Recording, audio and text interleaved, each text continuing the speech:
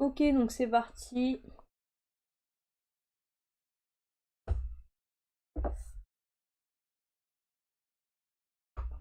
Donc du coup, on a le cube juste ici. Donc j'ai pris, enfin, il m'a envoyé plutôt la version UV. Bon, déjà, mauvais point, il fait pas mal de lock-up. Ça, c'est pas ouf. Il fait vraiment beaucoup de lock-up. Regardez, franchement. Il coince pas mal. J'espère que ça va partir en...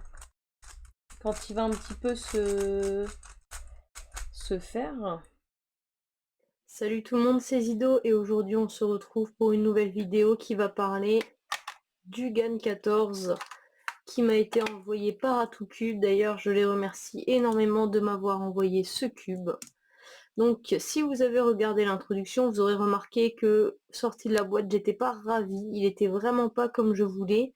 Je le trouvais vraiment...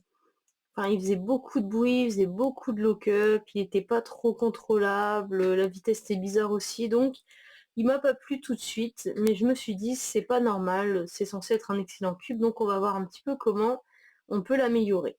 Donc aujourd'hui je vais vous présenter les réglages et tout ce que j'ai fait avec ce cube pour le rendre bien meilleur et le rendre même excellent. Donc c'est parti, je vais tout vous expliquer maintenant. Donc en premier, j'ai réglé les aimants des arêtes au niveau 2 et j'ai réglé les aimants des coins au niveau 4.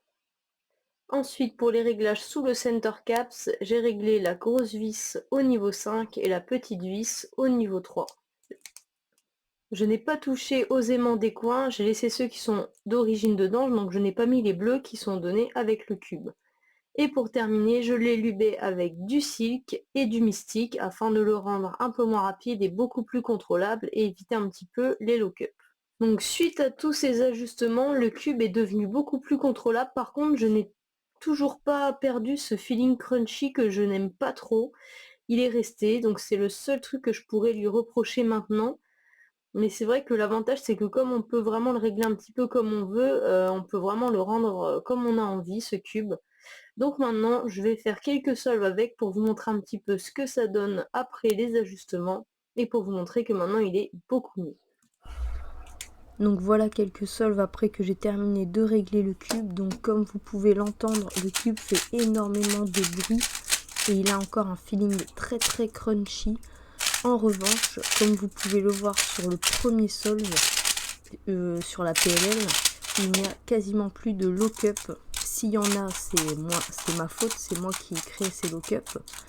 Mais donc j'ai réussi à réparer le problème principal de ce cube. Par contre, j'ai beaucoup de mal avec son feeling. Moi j'aime bien les feelings très smooth, donc là c'est vraiment l'inverse. Après j'espère qu'ils trouveront une solution pour retrouver un petit peu ce feeling que j'aime bien. En tout cas, ce cube est excellent. Ils l'ont vendu en disant qu'on pouvait le régler de autant de manières différentes. Et du coup, on voit que c'est un bon point parce que j'ai pu le rendre à mon goût à peu près.